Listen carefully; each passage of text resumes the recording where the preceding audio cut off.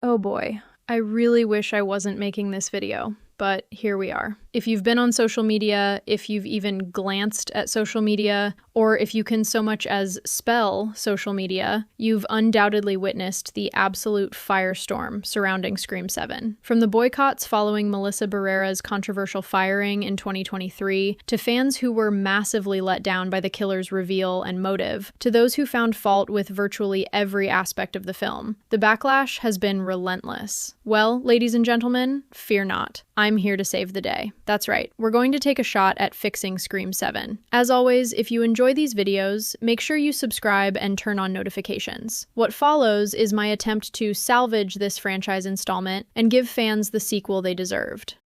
Alright, if you haven't seen Scream 7 yet, what are you even doing watching this video? Seriously, go watch it first, then come back. We're first going to break down the absolute train wreck of choices that made fans lose their minds. So let's start with problem number 1, and honestly, this might be the most unforgivable sin of the entire film. There are 0 Ghostface phone calls to the victims. None. You know, those iconic scenes that have defined this franchise since 1996? The whole "what's your favorite scary movie" psychological warfare that makes Scream what it is? Yeah, they just decided that wasn't important anymore, I guess. Instead, every single call goes to Sidney. It's just Sidney picking up the phone over and over while Ghostface essentially gives her a schedule. "Hey Sidney, I'm gonna kill someone at this location. You should probably show up and try to stop me." Like, are you kidding me right now? The entire point of Ghostface is the mind games and the way the killer toys with their victims before striking. That's the foundation of what makes these movies work,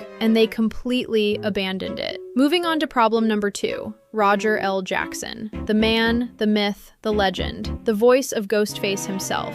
You'd think after decades of this franchise they'd understand that his voice is Ghostface. But no. Apparently someone thought it would be a brilliant idea to sideline him for most of the runtime in favor of AI-generated video calls featuring Stu Macher claiming he's somehow still alive. Now look, I'm not saying that concept couldn't work. Imagine if they'd used those creepy Stu AI calls exclusively to mess with Sidney's head, really get under her skin, while also giving us proper Roger Jackson Ghostface calls to the victims. That could have been genuinely unsettling, but instead they put all their eggs in the AI basket and forgot what made the phone calls terrifying in the first place. Problem number 3 is where things get truly baffling. A third of the way through the movie, a Ghostface gets killed and unmasked, and it's nobody. Not someone from Sidney's past, not a character we've been following, just some random dude named Carl Allen Gibbs who apparently escaped from a mental hospital. There's no, "oh my god, it was you" moment, just a complete stranger in a mask who might as well have been wearing a name tag that said generic villain number 3. And then we get to problem number 4, which somehow manages to be even worse than problem 3, the actual Ghostface reveals. First up is Marco. And I use the term character very loosely here because this guy gets maybe 30 seconds of total screen time in the entire film. His big connection? He worked at the mental hospital.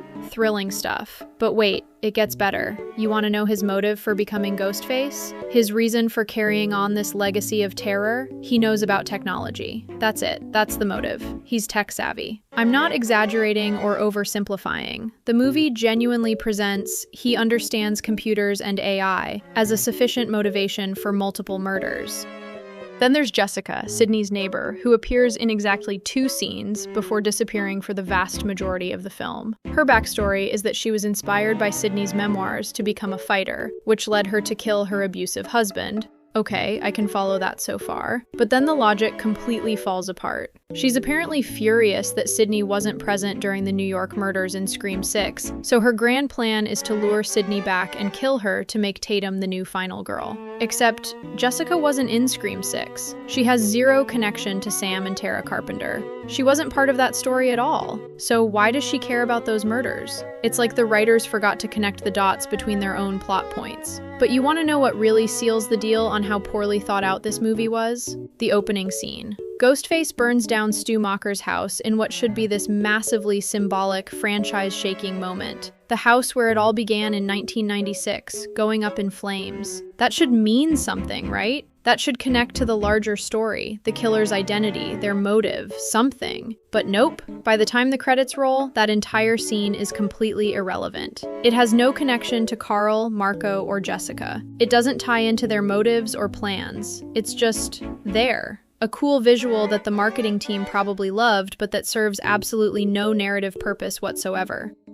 All right, now that I've gotten my rant out of the way and subjected you all to my horrible attempts at being funny, let's get serious and actually fix Scream 7. So here's what we're keeping. The film opens in Woodsboro with a couple, Scott and Madison, played by Jimmy Tatro, sorry if I butchered his name, and Michelle Randolph, arriving at Stu Macher's former house. It's been converted into a Ghostface-themed Airbnb. People are now staying overnight in the house where the original 1996 murders went down, the place where Stu and Billy committed their killing spree, and where Amber Freeman and Richie Kirsch continued the legacy years later. Scott's this massive horror geek who's absolutely giddy about the whole experience, while Madison is completely creeped out from the moment they walk in. There's even a motion sensor Ghostface statue that keeps startling her, which, honestly, perfect touch. But then the real Ghostface shows up, and Scott and Madison meet their inevitable fate. Here's where it gets good, though. After the kills, Ghostface doesn't just leave. They methodically pour gasoline throughout every room of Stu Macher's house, this landmark of horror history, and then light a match. We get this chilling shot of Ghostface walking away in silhouette as the entire house goes up in flames behind them.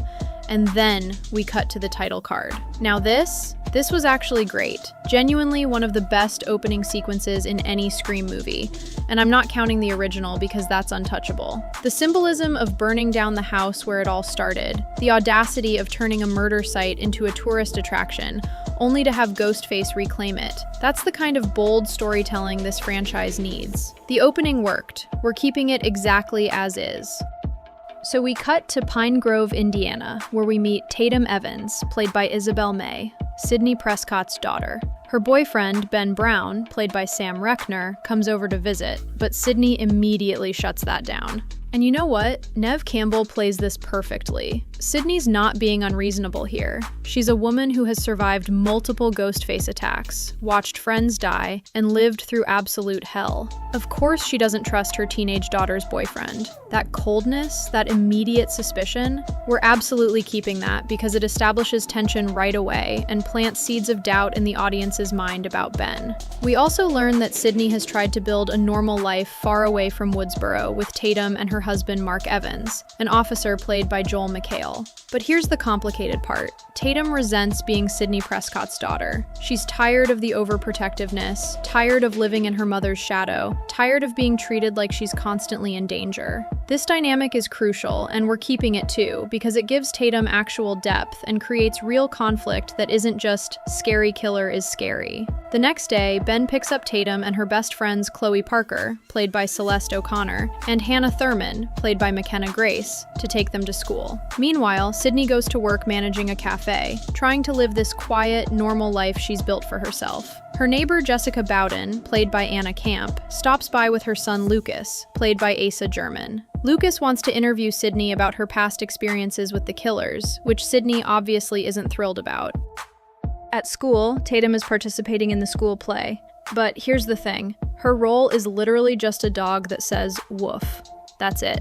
And the drama teacher, Mr. Willis, played by Tim Simons, has the audacity to criticize her for not having enough energy and unfairly compares her to her mother, which is just twisting the knife. Ben, Chloe, and Hannah all try to reassure Tatum afterward, but you can tell this stuff is eating at her. Then we get to the moment that kicks everything into gear. Sidney gets a call from Ghostface while she's in her office. At first, she's almost unfazed. This is Sidney Prescott we're talking about, she's been through this before.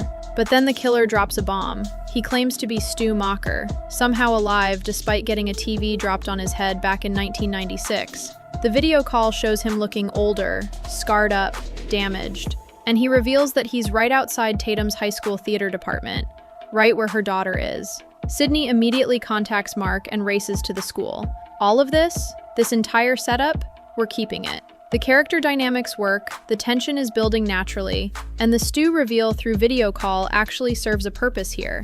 It's specifically targeting Sidney's trauma and using it against her. This is solid foundation for what the movie should be. Now here's where we make our first major change. Hannah is still strung up on the wires from the theater rigging when Ghostface sneaks into the building. He slashes the throat of the tech guy Aaron, played by Kyle Winters, and then things get truly terrifying. Instead of just immediately killing Hannah, Ghostface's voice crackles over the auditorium's loudspeaker system. He's toying with her, and he wants to play a game. Movie trivia, the classic Ghostface move. He's swinging her back and forth on these wires while she's panicking, asking her question after question about horror movies and the Stab franchise. Hannah's trying to answer correctly, desperately hoping that if she plays along, maybe she'll survive this. Then Ghostface asks her what sounds like a straightforward question. Which two Ghostfaces came after Roman Bridger? Hannah, thinking she's got this one in the bag, answers with the Stab 4 movie version, that weird film where they did a Jason Voorhees-style twist on the Ghostface concept. She's confident in her answer, but Ghostface corrects her. He wasn't asking about the Stab movies, he was asking about real life. The correct answer was Jill Roberts and Charlie Walker from the 2011 Woodsboro murders. Hannah got it wrong. And that's when Ghostface makes good on his threat. He slashes at Hannah's arms and legs as she's still suspended, and then positions the knife so that when she swings back down, she's gruesomely disemboweled. It's brutal, it's horrific, and it brings back that psychological torture element that made the original films so effective. Sidney arrives just in time to witness the aftermath. Her daughter's best friend butchered in front of her. She tries to shoot Ghostface, but he manages to escape into the chaos. The police show up and start questioning Tatum and her friends, all of whom are completely traumatized by what just happened to Hannah. But here's the key change we're adding. We're making Tatum's whereabouts during the murder suspicious. When the police are asking everyone where they were, Tatum's timeline doesn't quite add up. Nobody can actually account for where she was when Hannah was killed. Maybe she says she was in the bathroom, or getting something from her locker, or outside getting air. Whatever it is, there's no one who can confirm it. This plants doubt early. Is Tatum a red herring? Is she actually involved? The audience shouldn't know yet, but they should be questioning it.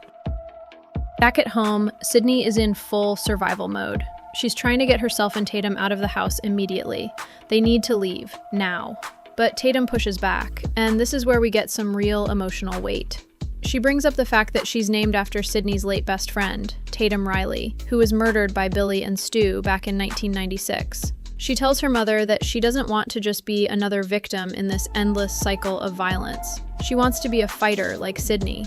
But there's no time for that conversation to finish because Ghostface has already snuck into the house through the attic. He appears suddenly and grabs Tatum, holding a knife to her throat. Sidney and Mark both jump into action to defend her.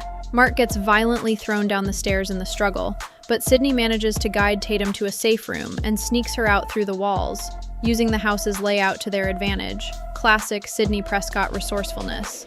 The fight would then spill out into the street as Sidney and Mark battle Ghostface in full view of the neighborhood. Then, out of nowhere, a van comes screaming down the road. It's Gail Weathers, played by Courtney Cox, accompanied by her new interns, Chad and Mindy Meeks Martin, played by Mason Gooding and Jasmine Savoy Brown, the survivors from the New York killings. But here's our change. Ghostface doesn't get hit by the van. At the last possible second, he dives out of the way and escapes into the night. No unmasking, no reveal, no convenient capture. He's still out there. Sidney and Gail reunite for the first time since Sidney sat out the New York massacre, and now they need to figure out who the hell is behind the mask and why they're targeting Sidney's family after all these years.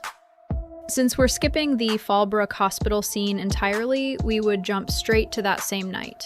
The Meeks twins would be getting acquainted with Tatum and Mark, while Sidney and Gail would finally have a chance to catch up properly. This is where Gail would drop a bombshell that the original film completely glossed over. Stu's house was burned to the ground the night before, and 2 people were killed inside. Sidney would process this information, her investigative mind immediately working. If this really is Stu behind the mask, why would he burn down his own house? She would file that question away for later. Then Sidney would ask something that the original Scream 7 never even bothered to address. How are Sam and Tara doing? It's a simple question, but it matters. These are people Sidney should care about, survivors of the Woodsboro legacy just like her. Mindy would reply that they're doing well, still living in New York. Tara would be in her senior year of college, and Sam would now be engaged to Danny. It's a small moment, but it connects the films and shows that Sidney actually gives a damn about the people who've been through what she has. Then another call would come through, this time to both Sidney and Gale. The AI Stu would make some snide remark about how cute it is that the gang is all back together. Well, almost all of them. If only Dewey were still with them, right? This would hit Gale like a gut punch. Dewey's death would still be heavily affecting her 3 years later, and the killer would be weaponizing that grief against her.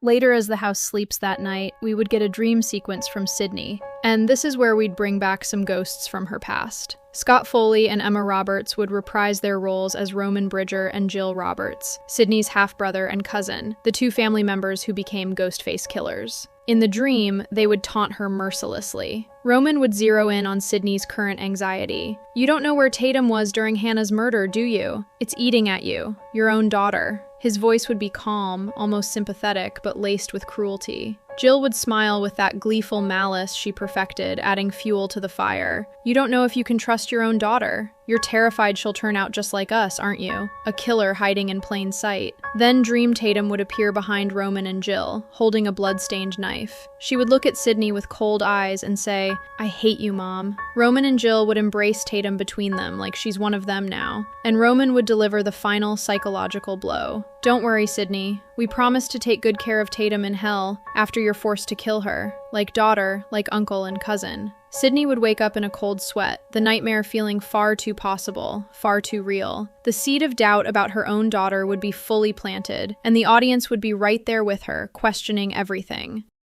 The next morning, we would see Sidney pull Mark aside for a private conversation. She would ask him directly if Tatum showed up in any of the school's surveillance footage, anything that could confirm her whereabouts during Hannah's murder. Mark would hesitate before answering, and that hesitation alone would tell Sidney everything she needs to know. He would explain that no, Tatum wasn't accounted for in the footage. But then he would try to rationalize it, offering Sidney an out. "She just saw their friend's dead body, Sid. Sometimes trauma like that messes with your memories, makes timelines fuzzy. It doesn't mean anything." But Sidney would know better. She's been through this too many times to dismiss red flags, even when they involve her own daughter. Later, Sidney would sit Tatum down and lay down the law. She's not allowed to leave the house. It's for her own safety, non-negotiable. Tatum, predictably, would push back hard. She would want to see her friends, Chloe especially, since they just lost Hannah and need each other right now. But Sidney would remain firm. "You can see them once this is all over. I'm trying to protect you." And this is where Tatum would really let her frustration show. "Then maybe teach me how to protect myself, Mom. What are you going to do? Follow me everywhere I go for the rest of my life? You need to let me go one day." It would be a moment that cuts deep, because Tatum wouldn't be entirely wrong. Sidney's protectiveness, while completely understandable given her history, would be suffocating her daughter. There would be real tension here, real conflict that goes beyond just teenager rebels against parent. And then, of course, being a teenager who feels trapped and misunderstood, Tatum would manage to sneak out of the house when Sidney isn't watching. She would head into town, probably needing air, needing to feel normal for even just a few minutes. That's when she would run into Mr. Willis, her drama teacher from the school play. He would approach her cautiously, clearly feeling guilty about what happened the other day. George Willis would apologize for being so harsh on her, acknowledging that sometimes drama teachers get so caught up in wanting authentic performances that they lose sight of the fact that they're working with real people, not just actors playing parts. "Sometimes it gets hard to separate performance from reality," he would admit. Tatum would give a bitter little laugh at that, because if anyone understands that concept right now, it's her. "That seems to be the story of my life lately," she would say. "My mother's real life became movies, and now those movies are becoming my real life." It would be a surprisingly vulnerable moment, and Mr. Willis would pick up on it. He would tell her genuinely that if she needs to talk about Hannah, about what she saw, what she's feeling, he's there for her. Not as a teacher, just as someone who wants to help. Meanwhile, Sidney would pay a visit to her neighbor Jessica. She would be wrestling with this impossible question, this nightmare scenario that's been eating at her since the dream. What if she can't trust her own daughter? She wouldn't come right out and say it at first, but eventually she would ask Jessica if she's ever felt like she couldn't trust her son Lucas. Jessica would take a moment before responding, understanding the weight of what Sidney is really asking. She would explain that all parents feel like they can't fully trust their kids to some extent. It's part of raising teenagers. They keep secrets, they lie about small things, they're figuring out who they are separate from their parents. But that doesn't mean they're capable of hurting you, Jessica would add carefully. There's a difference between normal teenage rebellion and something darker. She would then ask Sidney the harder question. Do you really think Tatum could be involved in this? Or are you so traumatized by what your family has done that you're seeing threats where there aren't any? It would be a fair question, one that Sidney herself wouldn't know how to answer. Because how do you separate justified paranoia from unfair suspicion when your half-brother and cousin both turned out to be killers? When everyone you've ever trusted has either died or betrayed you? Tatum would meet up with Ben, Chloe, and Lucas, Jessica's son, the true crime enthusiast. The four of them would still be reeling from Hannah's death, trying to process what happened. Lucas, ever the morbid true crime geek, would break the uncomfortable silence with a grim observation. It's always someone you know. Statistically, I mean. So it could be someone we know, or even one of us. The comment would hang in the air, making everyone shift uncomfortably. Nobody would know if he's trying to be helpful or if he's subtly accusing them. Back at Sidney's house, the Meeks twins would be doing what they do best, watching Stab and building their suspect list. Mindy would be adamant, putting her money on Tatum as a potential ghost face. Chad would think she's lost her mind. You can't be serious, she's Sidney's daughter.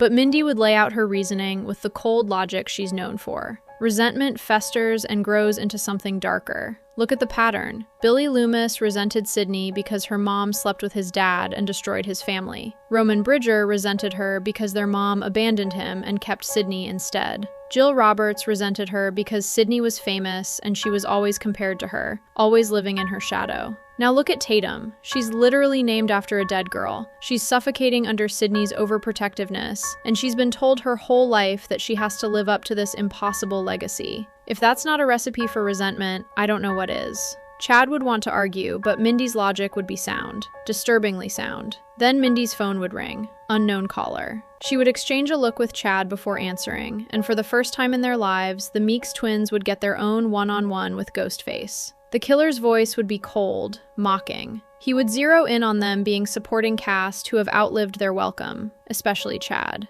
You were supposed to die in New York, Chad. Stabbed what, 7 times? 8? And you just kept getting back up like some cockroach. But supporting characters don't get to survive forever. This isn't your story. Before they could react, Ghostface would storm in through the garage entrance. The attack would be brutal and swift. He would hit Chad hard over the head with something heavy, leaving him winded, dazed, but conscious. Conscious enough to watch, but too disoriented to help. And then Mindy would meet her end. Ghostface would gut her right in front of her brother, just like their Uncle Randy was killed. Suddenly, violently, while someone who loved them could only watch helplessly. It would be a deliberate parallel, a cruel echo of history repeating itself. This death would matter because Scream 7 had no major character deaths, and Mindy served the same function Randy did. The movie-smart character who should have seen it coming, but didn't. Ghostface would then do something unexpected. He would leave Chad alive. Chad would be left there, holding his sister's body, letting out the most heart-wrenching cries imaginable.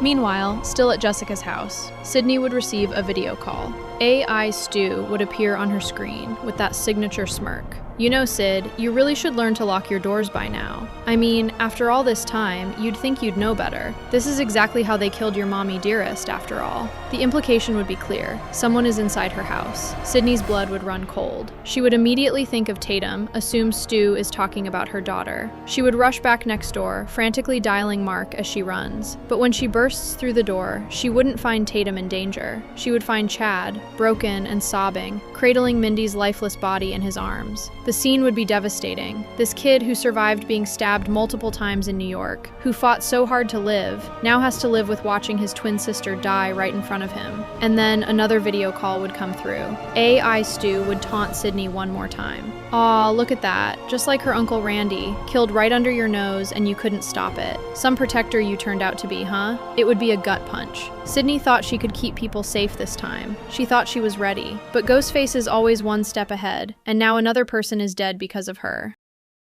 Tatum would return home to find police cars and ambulances parked outside, their lights flashing red and blue across the front of the house. Her eyes would widen with immediate panic. "Mom," she would whisper, before breaking into a run. She would rush inside to find an utterly broken Chad being held by Gale, tears streaming down his face as he stares at nothing. Her mom and dad would both turn to look at her the moment she enters, and the look on Sidney's face would stop Tatum cold. "What happened?" Tatum would ask, her voice shaking. Gale would be the one to answer, her voice heavy. "Ghostface killed Mindy. He gutted her while Chad watched, and then he just let him live. Left him there to suffer, just to screw with him." The weight of that would hit Tatum hard. Another friend's circle touched by this nightmare, another senseless death. But before she could fully process it, Sidney would step forward, and her voice would be sharp, angry, demanding. "Where were you, Tatum?" Tatum would blink, confused. "What?" "Where were you?" Sidney would repeat, each word deliberate. "There have been 2 attacks now, Hannah and Mindy, and both times you were conveniently gone. Both times nobody could account for where you were." The accusation would hang in the air like a knife. Tatum's face would shift from confusion to hurt to anger in quick succession. "Are you seriously asking me this right now? Are you accusing me of being Ghostface?" Mark would try to step in. "Sidney, come on." But Sidney wouldn't back down. Her paranoia, her trauma, the dream with Roman and Jill, the surveillance footage showing Tatum unaccounted for, it would all be boiling over. "Answer the question, Tatum. Where were you?" "I was with my friends," Tatum would shoot back, her voice rising. "Ben, Chloe, and Lucas. We were grieving Hannah, because that's what normal people do when their friend gets murdered. And can they confirm that? The entire time?" Sidney would press. Tatum would stare at her mother like she doesn't even recognize her anymore. "I can't believe you. I can't believe you actually think I could do this." Her voice would crack. Sidney would falter slightly, but the doubt would still be there in her eyes. Tatum would stare at her mother, and when she speaks again, her voice would be trembling but cutting. "Is that why you never told me anything? Why everything from your life, all the murders, the trauma, the people who died, I had to learn about it myself? Through the movies, through documentaries, through online rabbit holes at 3 in the morning because my own mother wouldn't talk to me. You let me piece together your entire history like some true crime podcast listener, instead of just telling me the truth yourself?" She would take a step closer, her anger building. "Did you actually believe that telling me yourself would make me idolize all these psychos? That if you sat me down and explained what Billy and Stu did, what Roman did, what Jill did, that I'd somehow want to be like them? Is that what you thought of me this whole time?" Sidney, feeling frustrated and cornered and terrified all at once, would finally snap. The words would come out before she could stop them. "Yes, okay? Yes!" The room would go dead silent. Even Chad would stop crying for a moment, shocked. Sidney's voice would drop, but it would be no less devastating. "I look at you right now and I see Jill. I see my cousin who smiled at me, who hugged me, who I trusted. And then she tried to gut me because she was jealous. And I know that's not fair to you, I know that, but I can't." She would stop herself, her hands shaking. But the damage would already be done. Tatum would just stare at her mother, tears streaming down her face. "You see Jill," she would repeat quietly, like she's trying to understand a language she doesn't speak. "Your daughter looks you in the eye and you see a murderer." And then she would go upstairs, leaving Sidney standing there with the weight of what she just said crushing down on her. Sidney, needing someone to talk to, someone who wouldn't judge her, would go back to Jessica's house. She would break down and tell her neighbor everything she said to Tatum, how she admitted she sees Jill when she looks at her own daughter. The shame and regret would be written all over her face. Jessica would try to offer comfort, assuring Sidney that she's said things to Lucas in anger before too. She would explain that Lucas's father was a very abusive person, and one time during a particularly heated argument, Jessica had compared Lucas to him. "I saw the look on his face when I said it," Jessica would admit quietly. "It's something you can't take back, even when you apologize. But kids are more resilient than we think. Tatum will forgive you eventually, but you have to actually earn it." Sidney would nod, but the guilt would still be eating her alive. Back at Sidney's house, Mark and Gale would be huddled over Gale's laptop, going through all the AI videos of Stu frame by frame. Gale would be analyzing them with the intensity of someone who's made a career out of investigative journalism, and something wouldn't be adding up. "This doesn't make sense," Gale would mutter, zooming in on one of the video calls. Most AI-generated videos have artifacts, glitches. The deepfakes distort slightly when the face turns or smiles or shows major emotion. But this Stu, he doesn't do that. Even the shadows on his face are consistent with the lighting. This isn't some amateur job. Mark would lean in, studying the screen. You think whoever made this has access to a professional studio? Gail would sigh, leaning back in her chair. It's possible. During the Hollywood murders, Sidney's half-brother Roman used Sunrise Studios' equipment to clone people's voices. That was the predecessor to what we have now with AI voice cloning. If someone has access to that level of technology, they could make these videos look completely real.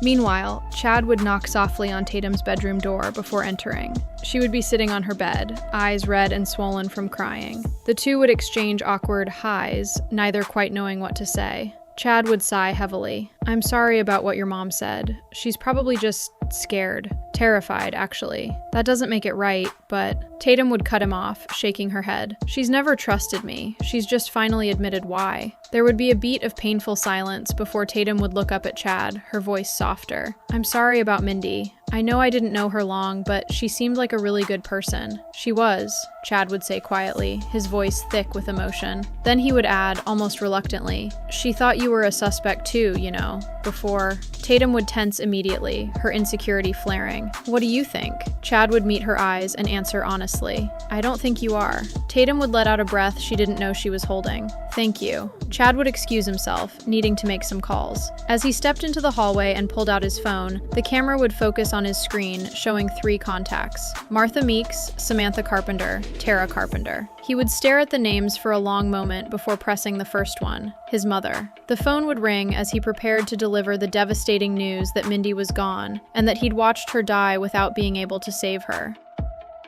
Ben would call Tatum to tell her the school is doing a vigil for Hannah and Aaron before curfew hits, and that she should come. Tatum, despite everything that's happened, would decide to go, maybe needing to feel normal for just a moment, or maybe needing to mourn her friend properly. But as she's heading for the door, her dad would stop her.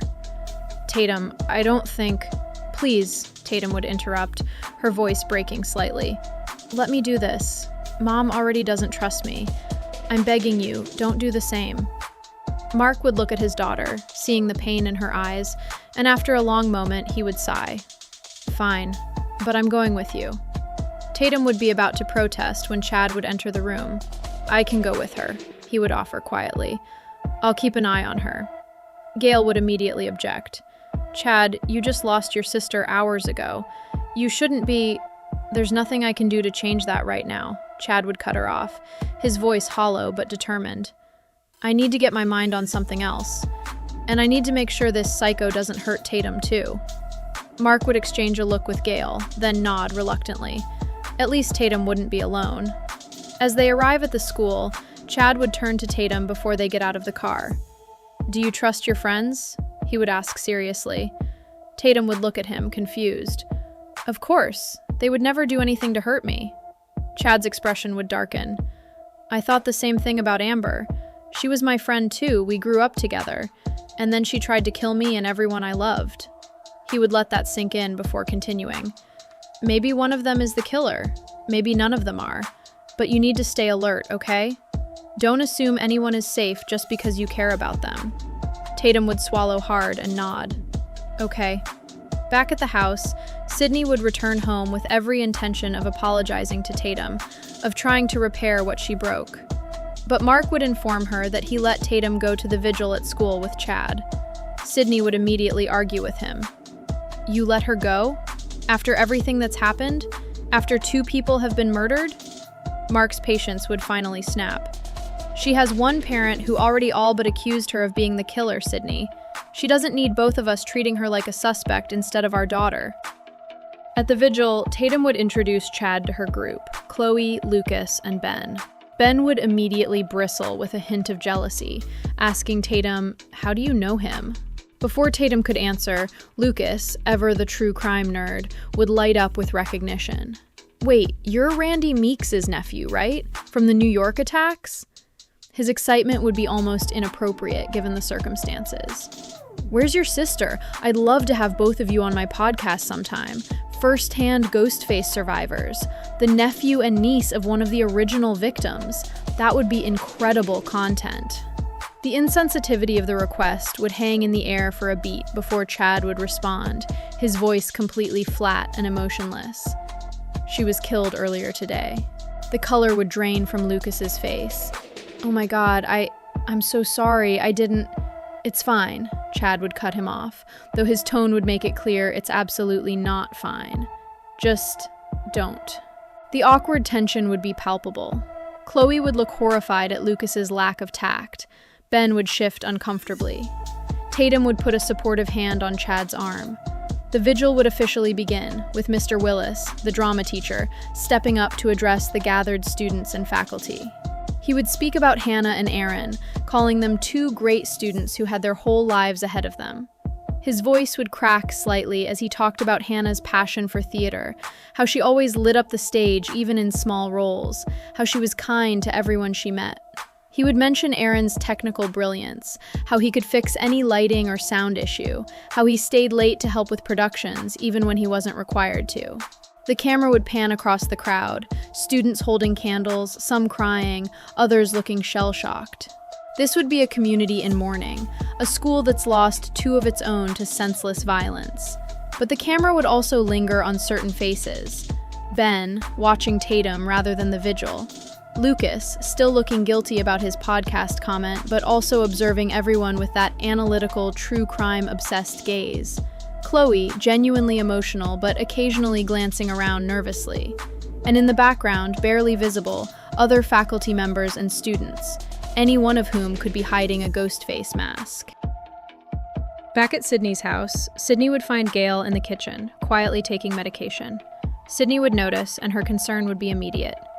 "Are you okay?" Gail would shake her head, not in a dismissive way, but in acknowledgement of a painful truth. "Quinn Bailey severed a nerve when she stabbed me in New York. It still causes me a lot of pain." She would pause, looking down at the pill bottle. "If I was younger, I'd probably be like Chad, able to take hit after hit and still walk around fine. But look at us, Sid. We're past our prime." The weight of age, of all the years of trauma and violence their bodies have endured, would hang between them. Sidney would feel the guilt crash over her again. "I'm sorry I wasn't there for you in New York. I should have been there. I should have..." Gail would cut her off, shaking her head more firmly this time. "Those psychos would have killed you, Sidney. We had Kirby, an FBI agent who knew exactly what she was dealing with, and we still almost lost. If you had been there..." She would trail off, but the implication would be clear. Sidney might not have survived. But Sidney wouldn't accept that comfort. She would let out a bitter curse, her frustration and self-loathing pouring out. "You immediately rushed over here the second you heard what was happening. You didn't even need to be told. You just came. And I couldn't even be bothered to help you, or Sam, or Tara when they needed me most." Her voice would crack. "I hid like a fucking coward." Gail would look at her old friend with sympathy, but also honesty. "You weren't being a coward, Sid. You were being a mother. You were protecting Tatum." "Was I?" Sidney would ask, her voice raw. "Because right now it feels like all I've done is push her away and make her think I see her as a monster." Some protection that turned out to be. The two women would stand there in the quiet kitchen. Two survivors who have been through hell together, now grappling with the guilt of the choices they've made and the people they couldn't save. The bond between them would be evident, forged through decades of shared trauma, but so would the weight they both carry. Gail would finally speak again, softer this time. "We've spent so long surviving, Sidney. Maybe we forgot how to actually live, how to trust people, how to let the people we love live their own lives without assuming the worst."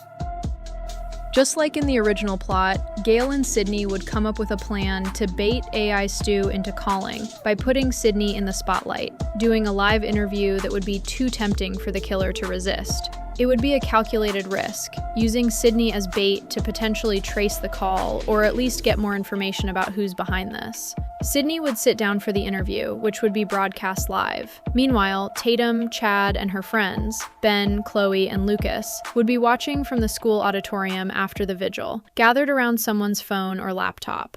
The interview would start professionally enough, with Gail asking Sidney about how she's managed to build a life after everything she's been through. But then Gail would pivot to the real trap, the questions designed to provoke a response from the killer. Instead of asking about Sidney's other two children who are staying with Mark's mom, which the original film did, Gail would ask something much more pointed. Sidney, you've survived attacks from multiple Ghostface killers over the years, but you seldom talk about the fact that 2 of them were your own blood relatives, your half-brother Roman Bridger and your cousin Jill Roberts. Why is that? Are you afraid that talking about them might somehow glorify them? Or is it something else?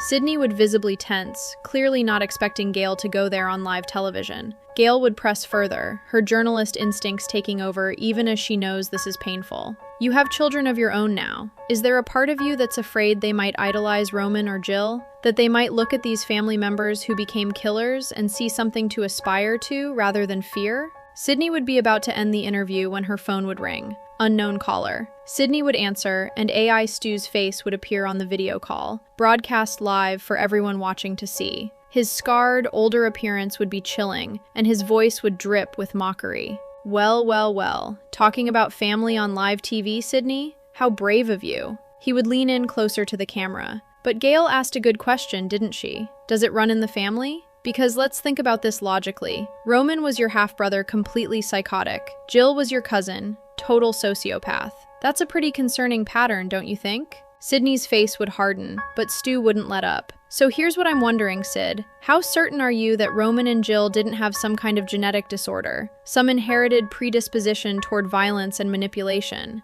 And more importantly, he would pause for effect. How certain are you that Tatum didn't inherit it?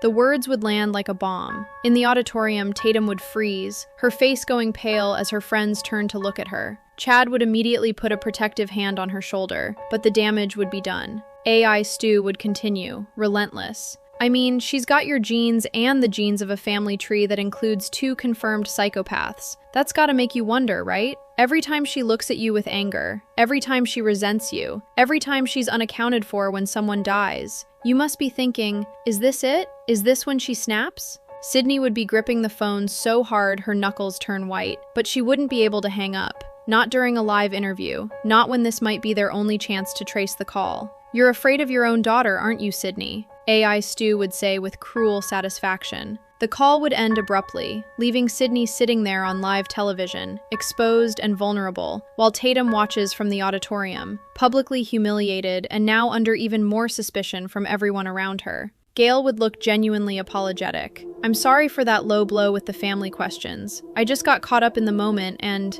Sidney would wave her off. It's fine. Not that it led to anything useful. We're still no closer to figuring out who this person is or what they want.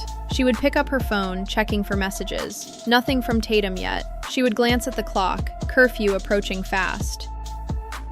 At the auditorium, Chloe would try to comfort Tatum, putting an arm around her. No one here thinks you're a killer, Tate. That guy is just trying to mess with your head. Don't let him win. Tatum would nod, but the look on her face would say she's not entirely convinced. Not after what just happened on live television. Not after her own mother practically admitted she sees her as a potential threat. Meanwhile, Ben and Lucas would approach Chad off to the side. Ben would ask, trying to sound casual but failing, "So, how do you know Tatum?" Chad would give him an appraising look. "Relax, Tiger. I just met her today." But then he would add with a pointed edge, "Though I gotta say, you seem awfully interested in who she talks to." Ben would shift uncomfortably. "Sorry, it's just, her mom doesn't like me much. Or trust me, really." Chad would shrug. Considering her last boyfriend turned out to be a psycho killer, and Sam Carpenter's boyfriend was also a psycho killer, I can't exactly blame Sidney for being suspicious of the new boyfriend. The comment would land heavily, and Ben would look genuinely hurt by the comparison, though whether it's because he's innocent and offended, or guilty and caught off guard, would remain ambiguous. Mr. Willis would enter the auditorium then, interrupting the conversation. "All right, everyone, the vigil is over. You should all head home. Curfew will be starting soon. Make sure you lock up before you leave." The group would start gathering their things, the weight of the evening settling over all of them. As they prepare to leave, Chad would take charge, his protective instincts kicking in. "All right, listen up. There's a psycho killer on the loose, so you all stay in front of me where I can see you." His eyes would narrow as he looked specifically at Ben and Lucas. "And I've got my eyes on you too." Ben would look offended, but Lucas would just shift nervously. And just as Chad finishes speaking, Tatum's phone would ring. Unknown caller. This would be a crucial moment, a major fix from the original Scream 7, where Tatum never received a single Ghostface call. She would answer, her hand trembling slightly, and Ghostface's distorted voice would come through. Hello, Tatum. The killer would waste no time getting psychological. How does it feel knowing no one trusts you? Your own mother thinks you're a killer. Your friends are all wondering if you're next to put on the mask. You're weak, Tatum. You're not your mother, you're just sad and pathetic. Before Tatum could respond, Chad would snap the phone from her hand, his anger boiling over. You better pray the cops find you before I do, you piece of shit. Ghostface would laugh. Or what? You'll use yourself as a meat shield again. Amber and the Baileys really did a number on you, didn't they? All those stab wounds, all that trauma, and you still couldn't save your sister when it mattered. Chad's jaw would clench, but Ghostface wouldn't stop. I should have killed you when I had the chance earlier today. Chad would seize on that. Why didn't you? There would be a pause, and then Ghostface would answer with chilling satisfaction. Because I wanted to see the look on your face when I gutted Mindy right in front of your eyes. And it was beautiful. Chad would be shaking with rage now. At least the Baileys weren't afraid to throw hands. Why don't you show us how tough you are and come out and face all of us right now? Ghostface's voice would turn cold and certain.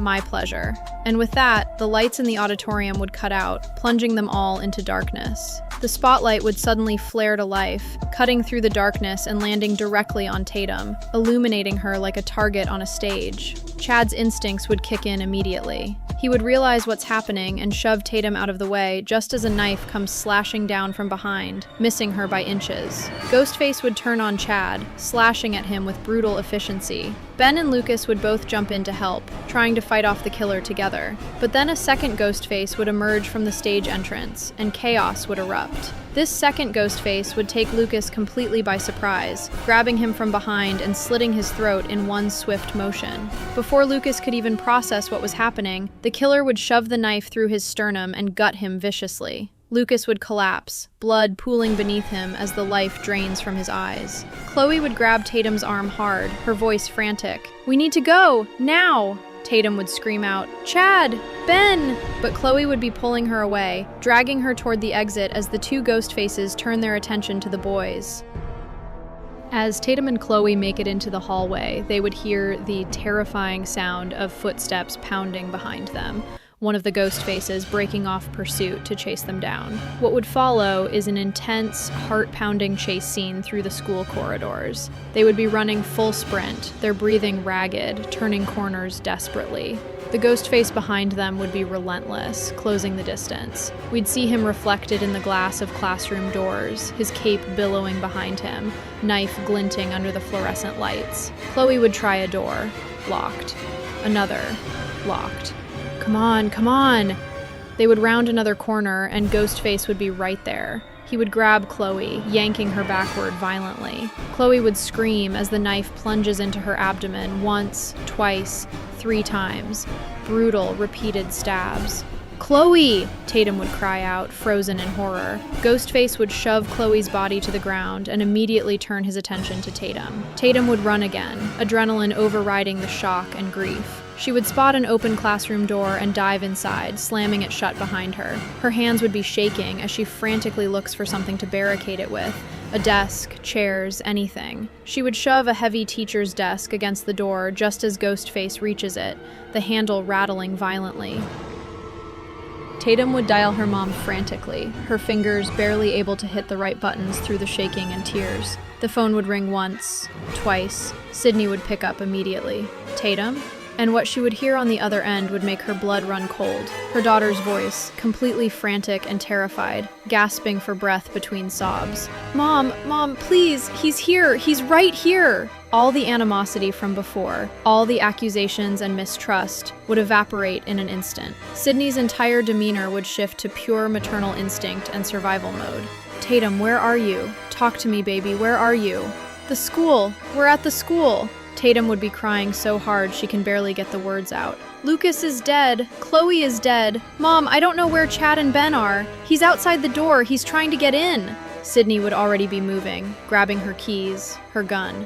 "Listen to me. You listen to me right now. I am coming for you. Do you understand? I am coming to get you. You keep that door blocked. Do you hear me?" Okay, Tatum would sob. "I love you, Tatum. I love you so much. I'm coming."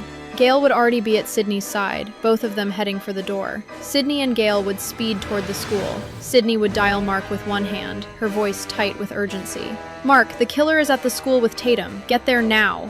Mark would already be moving, grabbing his radio and calling for backup. All units, we have an active situation at Pine Grove High School. Repeat, active Ghostface attack in progress. I need everyone available at that location immediately.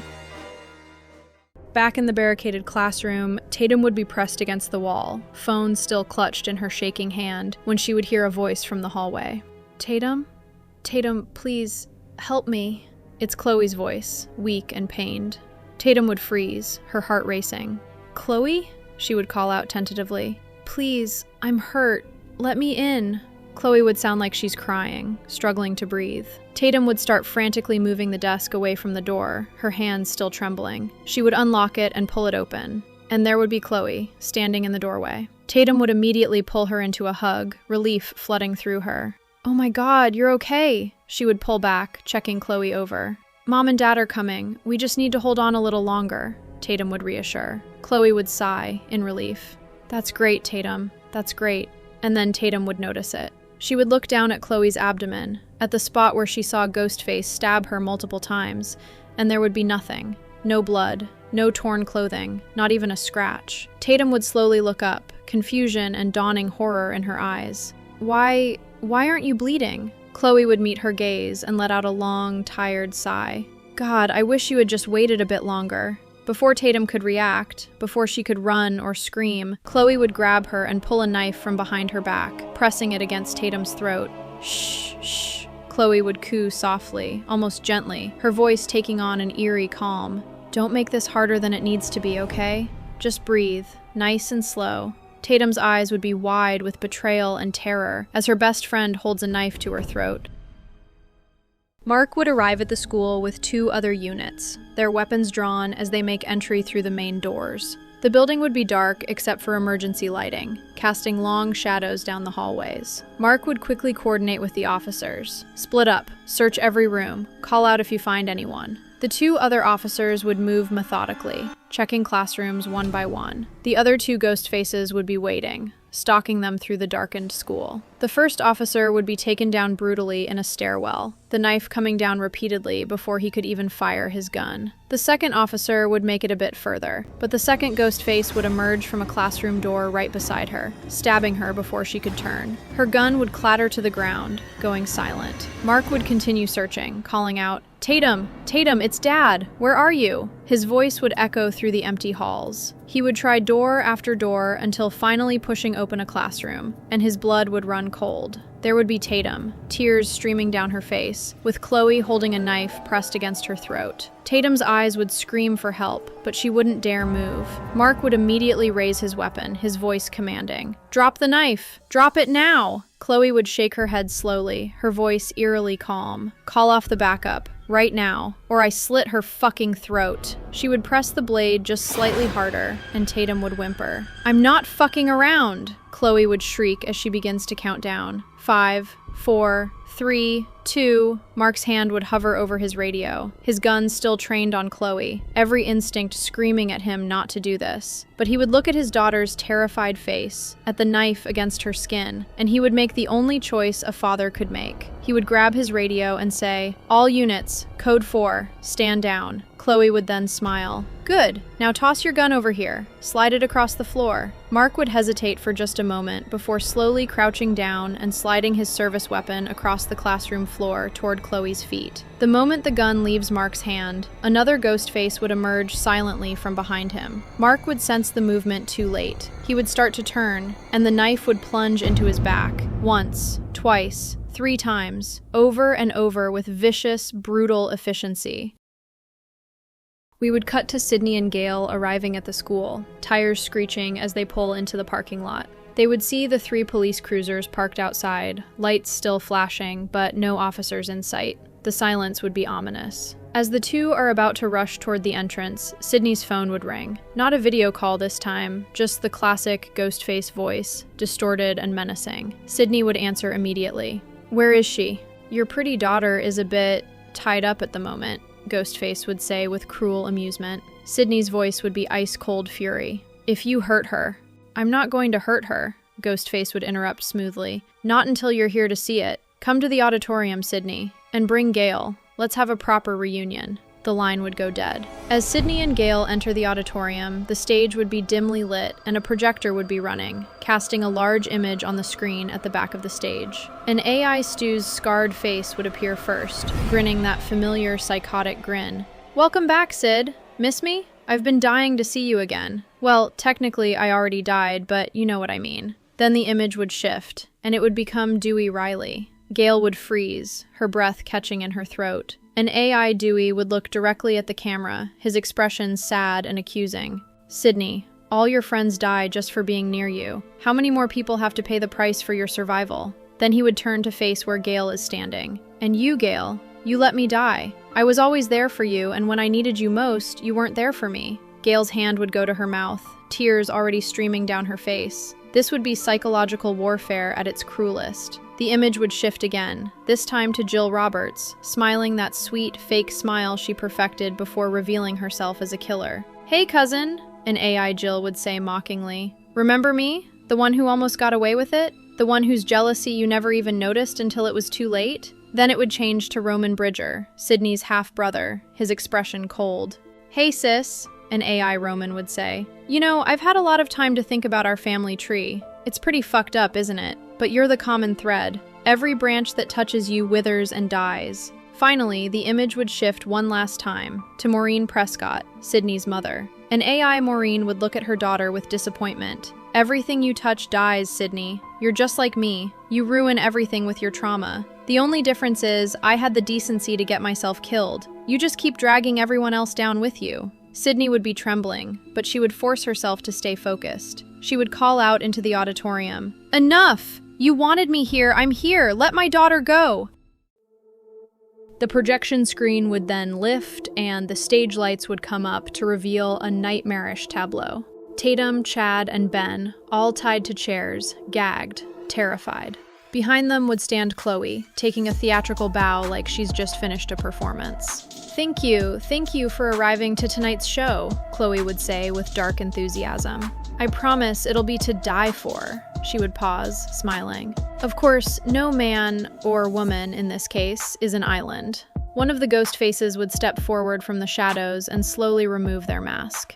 It would be Jessica, Sidney's neighbor, smiling with cold satisfaction. "Hey, bestie," Jessica would say with dripping sarcasm. "Surprised?" Sidney's voice would be shaking with rage and confusion. Why are you doing this?" Jessica would roll her eyes dramatically. Why? That's all you ever ask, Sidney. But no one ever asks why not." She would pace across the stage like an actress delivering her monologue. "Maybe just once, there doesn't need to be some elaborate psychological breakdown. Maybe sometimes people just want to watch you suffer." She would pause, then sigh theatrically. "But fine, if you must know the gory details, I'll let him do the talking." She would gesture grandly toward the wings. "Come on out, Stu." The third ghost face would emerge from backstage, moving slowly, deliberately. The audience and Sidney would be holding their breath. Could it actually be Stu Mocker, somehow alive? The figure would reach up and pull off the mask. It would be George Willis, the drama teacher. He would grin and do an exaggerated, mocking impression. "Ooh, I'm Stu Mocker, back from the dead." He would drop the act, laughing. "Did you actually think we'd be that predictable, Sidney? Come on, give us some credit." Sidney would be trying to process this. Jessica, Chloe, and Mr. Willis. 3 killers, and none of them are Stu. "So the AI videos, the phone calls pretending to be Stu," Sidney would say, her mind working. "All of it was just to mess with me?"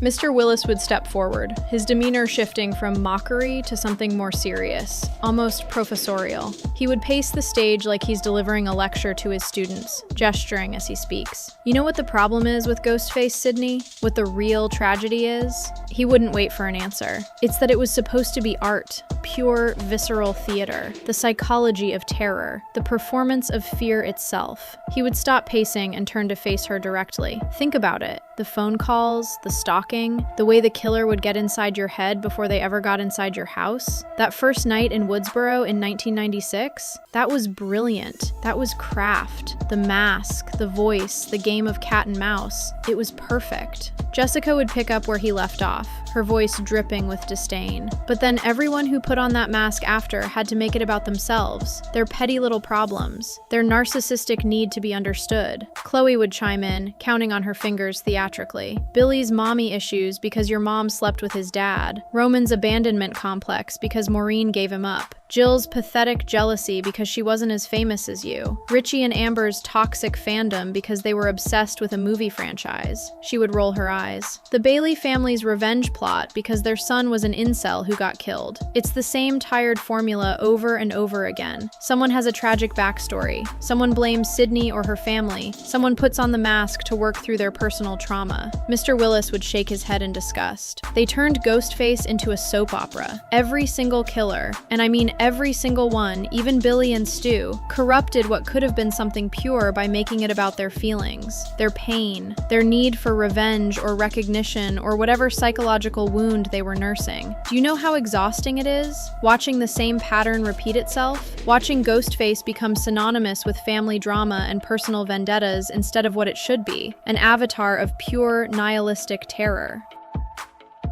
Jessica would move to stand beside one of the Ghostface costumes they'd displayed on the stage like an art installation. We studied every attack, every murder, every mistake. And we realized that the biggest mistake of all was treating Ghostface like it needed a reason.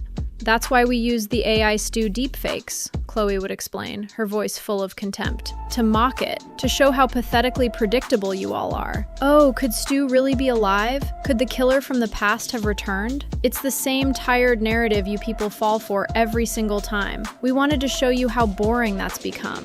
Mr. Willis would return to center stage, his voice rising with passion. Our mission isn't personal, Sidney. We don't hate you because you slept with someone's boyfriend or abandoned someone or became famous. We're not your long-lost relatives or scorned fans or vengeful parents. He would spread his arms wide. Our mission is ideological. We want to burn down this entire legacy, every last piece of it.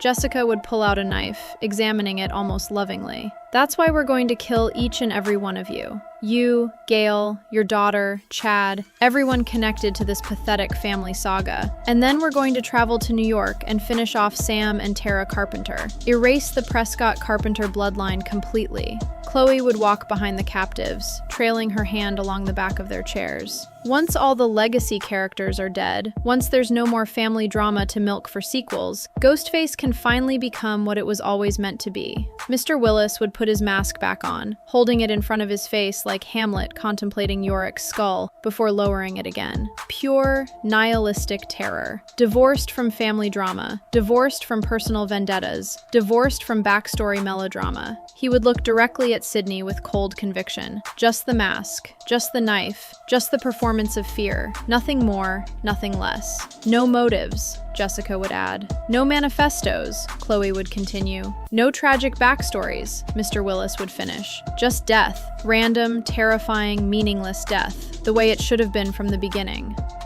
Mr. Willis would signal to Jessica with a casual nod, like a director cueing an actor. Jessica would disappear backstage for a moment before returning, dragging something heavy. She would callously toss Mark's body onto the stage floor in front of Sidney and Gail. Sidney would let out a scream that's pure anguish, dropping to her knees. Mark! No, no, no! She would try to crawl toward him, but Gail would hold her back, knowing it's what the killers want, to make her vulnerable. Mr. Willis would look down at Mark's body with theatrical disdain. He rushed in like a hero, you know. Badge, gun, ready to save the day. And as soon as we threatened him with Tatum's life, he would snap his fingers. He gave up, handed over his weapon, made it so easy.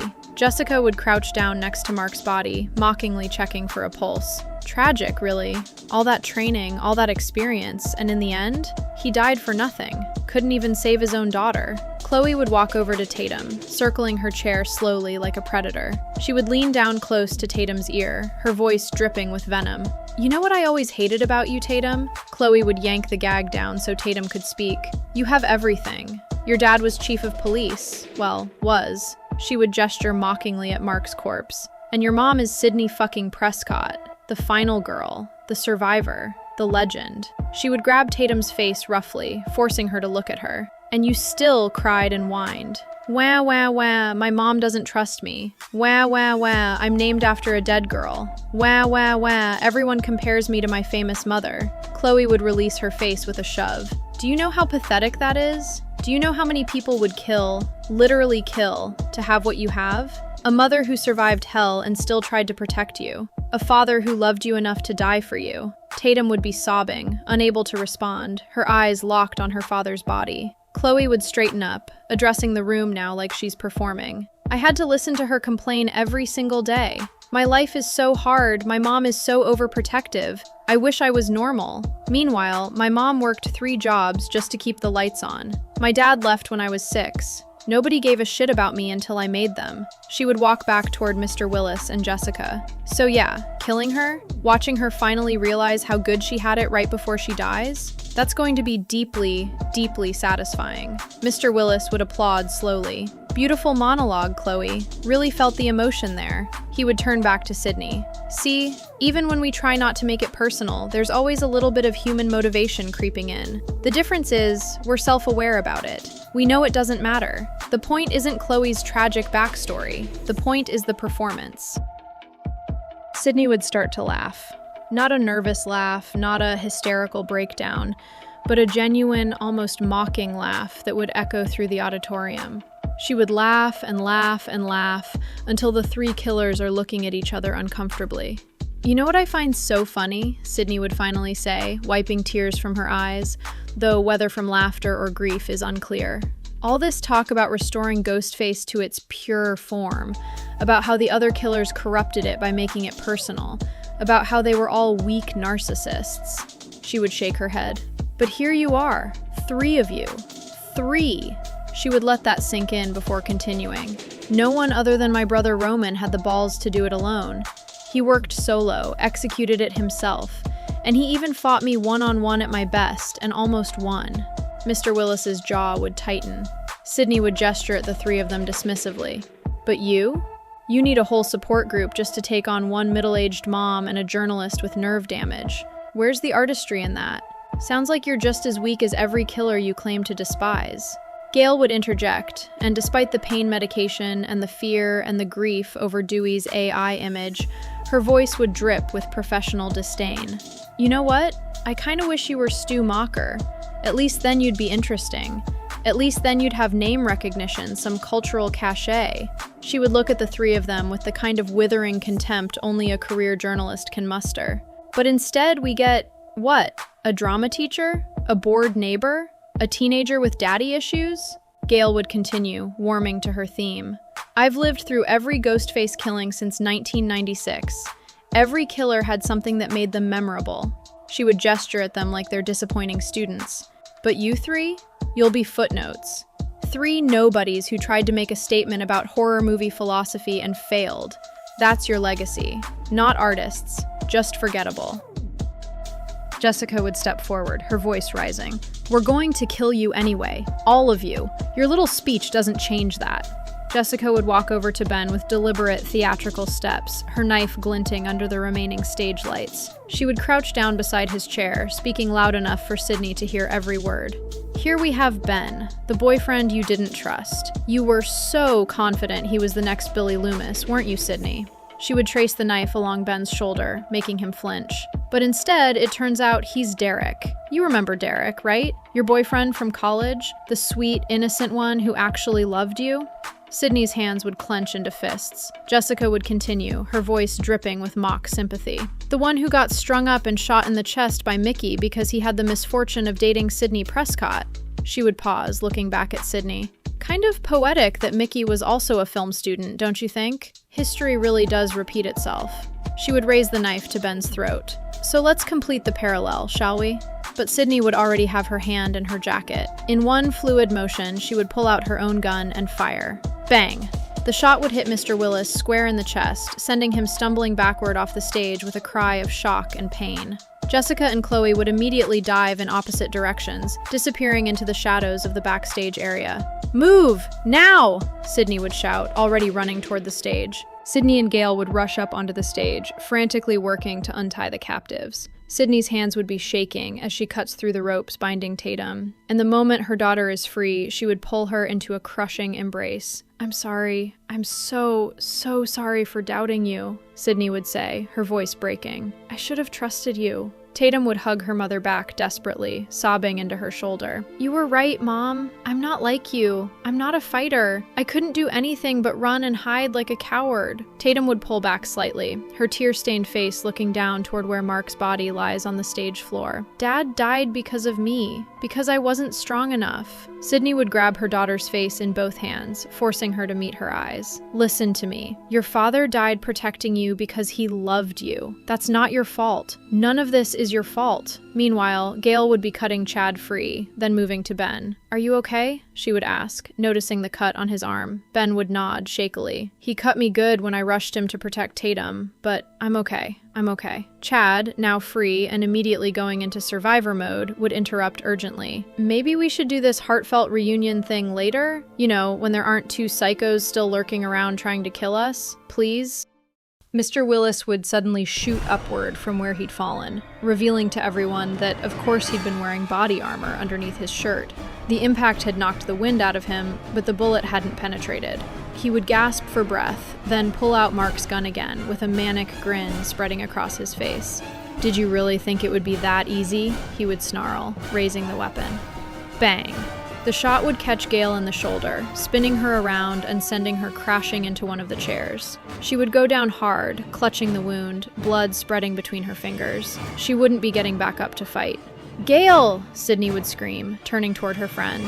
But Jessica would use that moment of distraction to rush Sidney from the side, tackling her off the stage and sending both of them tumbling into the orchestra pit below. Sidney's gun would skitter away across the floor, disappearing under the seats. Simultaneously, Chloe would emerge from the shadows and rush straight at Tatum, knife raised. Tatum would barely have time to raise her arms defensively before Chloe was on her, driving her backward into the stage curtains. Mr. Willis would turn his attention to Chad and Ben, who were both still on stage. He would level the gun at them, his finger on the trigger, a sadistic smile playing at his lips. One gun, two guys. Which guy gets the bullet? Chad wouldn't hesitate. He would charge directly at Mr. Willis with all the fury of someone who'd already lost too much today, who'd watched his sister die, who wasn't going to let anyone else get hurt. His shoulder would connect with Mr. Willis's midsection just as the drama teacher squeezed the trigger. Bang! The gun would go off as both men crashed to the stage floor, wrestling for control of the weapon. It would fly from Mr. Willis's hand, clattering across the wooden boards. But the damage was done. Ben would cry out, grabbing his leg where the bullet had torn through his thigh. He would collapse, blood pouring from the wound as he tried desperately to put pressure on it with shaking hands. Chad would fight Mr. Willis with everything he had, throwing punches and kicks with raw, desperate fury. They would crash into the stage props, knocking over pieces of the set as they traded blows. Mr. Willis would laugh through bloodied teeth, his voice dripping with cruel satisfaction. "It was so much fun killing Mindy in front of you, watching your face as I gutted her. The way you just sat there, helpless." "Fuck you," Chad would roar, landing a solid hit to Mr. Willis's jaw. But Mr. Willis would recover quickly, using his weight and experience to get the upper hand. He would slam Chad down onto the stage floor, pinning him there with his body weight. His knife would come down toward Chad's chest, the point pressing against his shirt, slowly pushing through fabric and beginning to break skin. "Face it, your luck has run out," Mr. Willis would hiss, putting more pressure on the blade. "I'm gonna make you squeal just like your sister did." Something would snap inside Chad. The image of Mindy dying, the helplessness he felt watching his twin sister bleed out. It would all converge into pure animalistic rage. With a guttural scream, he would overpower Mr. Willis, using strength he didn't know he had to reverse their positions. Before Mr. Willis could react, Chad would lunge forward and bite down on his ear with savage force, tearing through cartilage.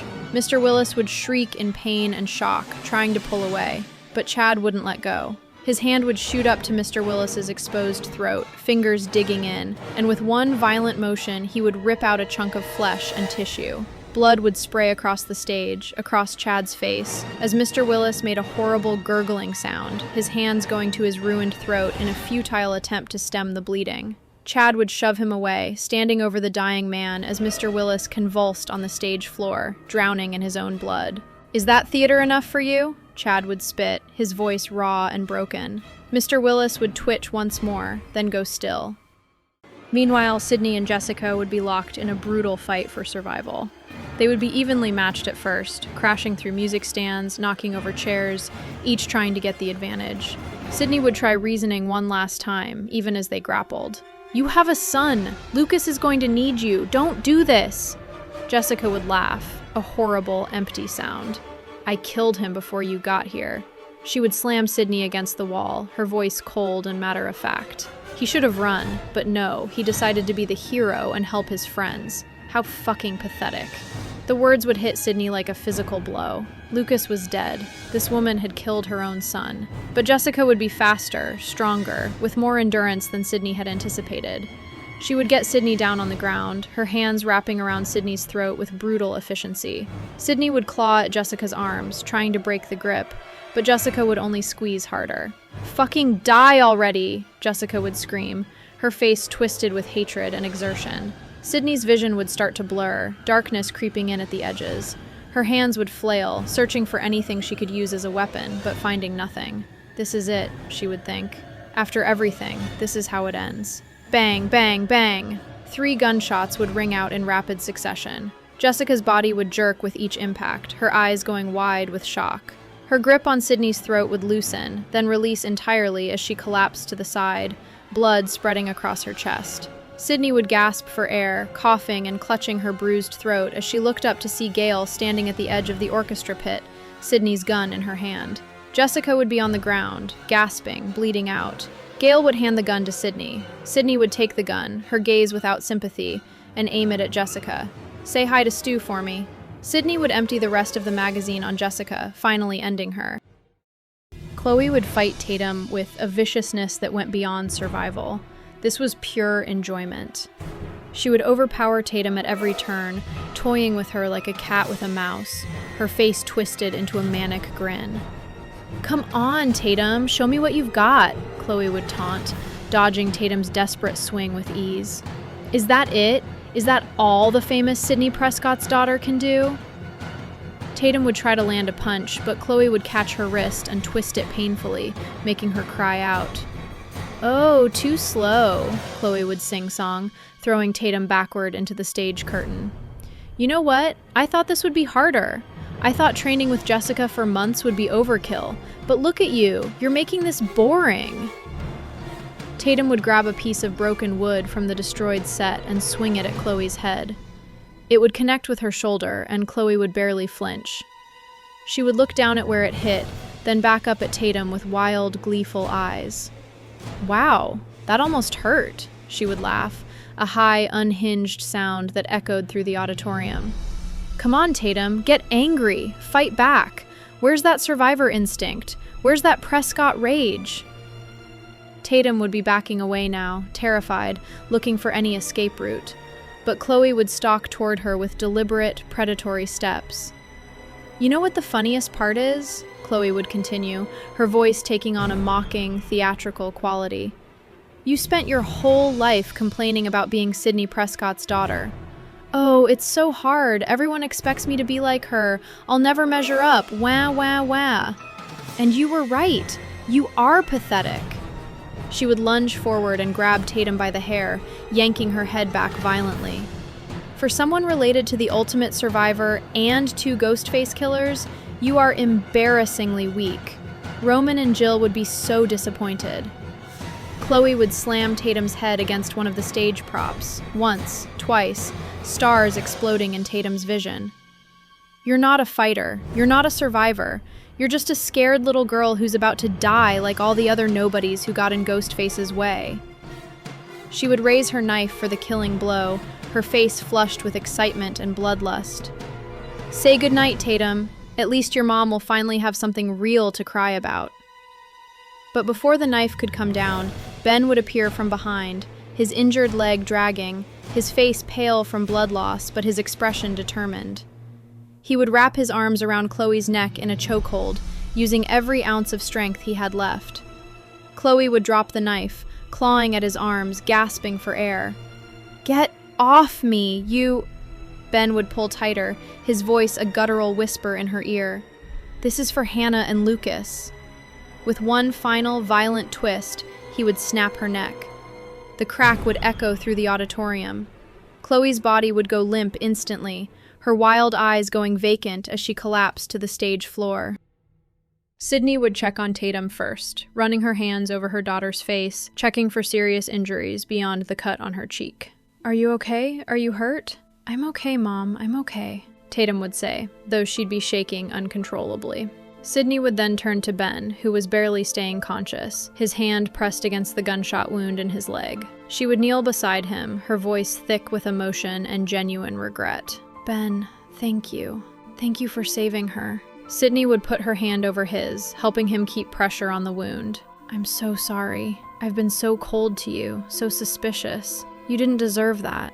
You were just a kid trying to date my daughter, and I treated you like—" "It's okay, Mrs. Evans," Ben would manage weakly, his face pale. "You were just protecting her. I get it now." Chad, still covered in Mr. Willis's blood, would look over at Gail, who was leaning against the stage, clutching her shoulder wound. Despite the pain and trauma, he would manage a grim attempt at humor. "I expect 2 weeks paid vacation after today," he would say, his voice hoarse. Gail would let out a pained laugh. "Kid, you've earned a month." But the moment of relief would shatter instantly. Jessica's body would suddenly lurch upward. She would let out a feral scream and charge at them with her knife raised high, moving on pure adrenaline and rage. "You ruined everything!" she would shriek, closing the distance impossibly fast. Everyone would be too exhausted, too injured, too far from their weapons to react in time. Bang, bang, bang. 3 precise shots would ring out from the back of the auditorium. Jessica's body would jerk with each impact before she collapsed forward onto the stage, truly dead this time. Everyone would look up toward the source of the gunfire. Standing in the doorway, guns still raised, would be Kirby Reed. She would lower her weapon slowly, surveying the carnage on stage with the practiced eye of an FBI agent. "Sorry I'm late," Kirby would say, her voice carrying across the auditorium. Immediately, officers would swarm in behind her, followed by EMTs rushing toward the stage with medical equipment and stretchers. One of the EMTs would move toward Mark's body, preparing to confirm what everyone assumed was a death. But as they checked for vitals, their eyes would widen. "I've got a pulse! I've got a pulse here!" Sidney's head would snap toward them. "What? He's alive! We need a stretcher, now!" the EMT would shout, immediately beginning to work on Mark's stab wounds. Sidney would be frozen in disbelief for a moment before scrambling off the stage, nearly falling in her haste to get to her husband. Tatum would be right behind her, both of them crying as the EMTs worked frantically to stabilize Mark. "He's lost a lot of blood, but he's fighting," one of the EMTs would explain as they loaded him onto a stretcher. "We need to get him to surgery immediately." Mark's eyes would flutter open just briefly, finding Sidney's face. He would try to speak, but couldn't manage words, just a slight squeeze of her hand. "You're going to be okay," Sidney would tell him, her voice breaking. "You're going to be okay. Stay with me, Mark. Stay with us." As they wheeled Mark toward the ambulance, Sidney and Tatum would follow, refusing to let go of his hands. Gail would watch them go before turning to Kirby, who'd made her way onto the stage. "Cutting it a little close, weren't you?" Gail would say, wincing as an EMT began treating her shoulder. The parking lot would be transformed into a triage zone. Ambulances with open doors, EMTs working quickly, police tape cordoning off the building, and the rhythmic flash of red and blue lights painting everything in surreal colors. Tatum, Ben, and Chad would be sitting together on the back of an ambulance, wrapped in shock blankets despite the mild night. Ben's leg would be heavily bandaged, an IV in his arm. Chad would have gauze wrapped around various cuts, his hands still trembling slightly. Tatum would be staring at nothing, her cheek stitched up, her father's blood still on her clothes. Chad would break the silence, looking at Ben with something like respect. "You've got one hell of a chokehold, man. Where'd you learn that?" Ben would manage a weak smile. "Wrestling team. Freshman year. Thought it was useless until tonight." Chad would nod slowly, then look between Ben and Tatum. "I guess this makes us the new Core 3. Well, 5 if you count Sam and Tara still being out there in New York." Tatum would frown, confused. "Core 3? It's from back in New York. Long story," Chad would sigh. Across the parking lot, Sidney, Gail, and Kirby would be standing together. Gail's arm would be in a sling, Sidney's throat bruised and purple, but both women would be standing. Barely. I was investigating the Mocker house burning, Kirby would explain, her FBI badge still clipped to her belt. As soon as I heard there was Ghostface activity here, I came straight from the airport. I should have been faster. Sidney would shake her head. It's all right, Kirby. Thank you for coming at all. Kirby would glance toward the ambulance where Mark was being loaded, paramedics still working on him. Is he going to make it? They think so, Sidney would say quietly, hope and fear warring in her voice. He lost so much blood, but he's strong. He has to be. Kirby would nod, then her expression would shift to something more serious. Sidney, I learned something while I was in Woodsboro, something that's been bothering me. Both Sidney and Gail would look at her with sudden attention. There's no record from Sonoma County of Stu Mocker's body ever being processed. No autopsy report, no forensic documentation. And the coroner, who was supposedly handling it at the time, he was killed later that same year in what was ruled a home invasion. The implications would hang in the air like a guillotine blade. Gail's eyes would widen. You're saying? I'm saying there's reasonable doubt about whether Stu Mocker actually died in that house, Kirby would continue carefully. I'm trying to get a court order to exhume the grave and check dental records on whatever body they buried. But it takes time, and the bureaucracy is... Sidney's phone would ring. All three women would freeze. Sidney would look down at the screen. Unknown caller. Sidney would answer, her jaw tight. The screen would show another AI Stu video call, but this one would be different. The face would be clearer, more detailed, less obviously artificial. The scarring would be different. The age lines would be in different places. Hey, Sid, the voice would say, and it would sound almost warm, almost friendly. Thanks for taking care of those three for me. Sidney's blood would run cold. You know, they say imitation is the sincerest form of flattery, but I really don't like it when people pretend to be me. Gets under my skin, you know? So I appreciate you handling that situation. Real team effort. Fuck off, Sidney would spit, her voice shaking with rage and exhaustion. Whoever this is, whatever sick game you're playing, it's not Stu. Stu Mocker is dead, and unless you want to end up like your friends in there, you'll stay far away from me and my family. The face on the screen would smile, that old, familiar, manic Stu Mocker smile. Oh, Sid, still so feisty. I'll give you some peace for now, okay? Consider it a token of gratitude for helping me take out those wannabes. They were really cramping my style, pretending they understood what Ghostface was supposed to be. The smile would widen. But don't worry, we'll meet again soon enough. Real soon. And then we can have a proper reunion, just like old times. Sidney would hang up violently, her hands shaking. Another copycat. Another sick fuck using AI to mess with me. We would cut away from the parking lot, away from Pine Grove, away from Indiana entirely. A figure would be standing in a darkened room somewhere, putting a phone away. The lighting would be dim, shadowy, obscuring details. But then the figure would look up, and the light would catch his face. Stu Mocker. Older, scarred, but unmistakably him. Very much alive. He would smile that signature psychotic grin, the one that used to charm everyone before they knew what he really was, before finally uttering the words, "This is gonna be fun." The screen would cut to black. So now that we've walked through my complete rewrite of Scream 7, let me break down for you all exactly why I made the changes I did, because every single one was deliberate and meant to fix what I saw as fundamental problems with the original film.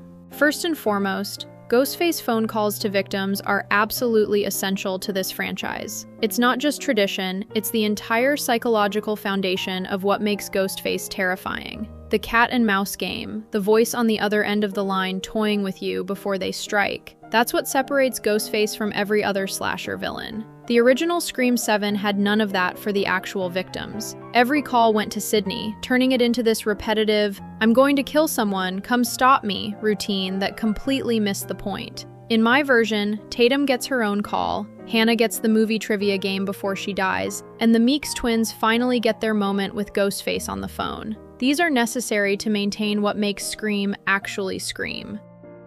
Now let's talk about Sidney and Tatum's relationship, because this is where the original film really dropped the ball, in my opinion. We need to show that Sidney is human and can make mistakes. Parents aren't perfect, and after everything Sidney has been through, after having her half-brother and her own cousin try to murder her, of course she would be paranoid about her daughter. That's realistic. The original film set up Tatum being resentful of her mother and then did absolutely nothing with it. In my version, I made Tatum unaccounted for during multiple kills. I made the audience question whether she could be involved. I made Sidney question it, which creates this heartbreaking conflict where a mother's trauma is poisoning her relationship with her daughter. Sidney dealt with Jill pretending to be a victim before. Why wouldn't that experience make her suspicious when her own daughter's whereabouts can't be confirmed? This adds real emotional stakes beyond just don't get stabbed.